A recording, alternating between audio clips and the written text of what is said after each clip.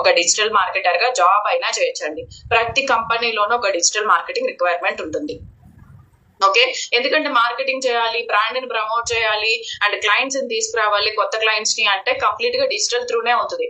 So ఎలాంటి software jobs ఉన్నా పోయినా అండ్ రెసిషన్ వచ్చినా కూడా ఫస్ట్ మార్కెటింగ్ వాళ్ళని ఎవ్వరూ టచ్ చేయరండి.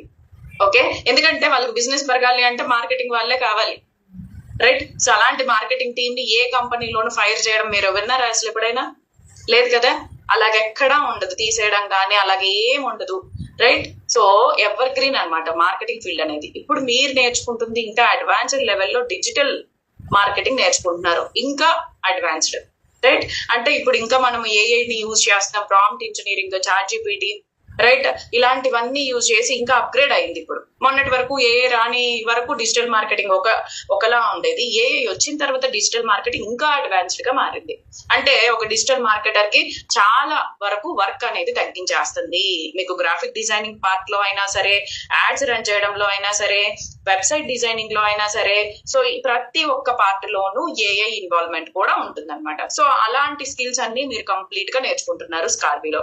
ఏఐని యూజ్ చేసి వెబ్సైట్ డిజైన్ చేయడం, ఏఐని యూజ్ చేసి వీడియోస్ డిజైన్ చేయడం,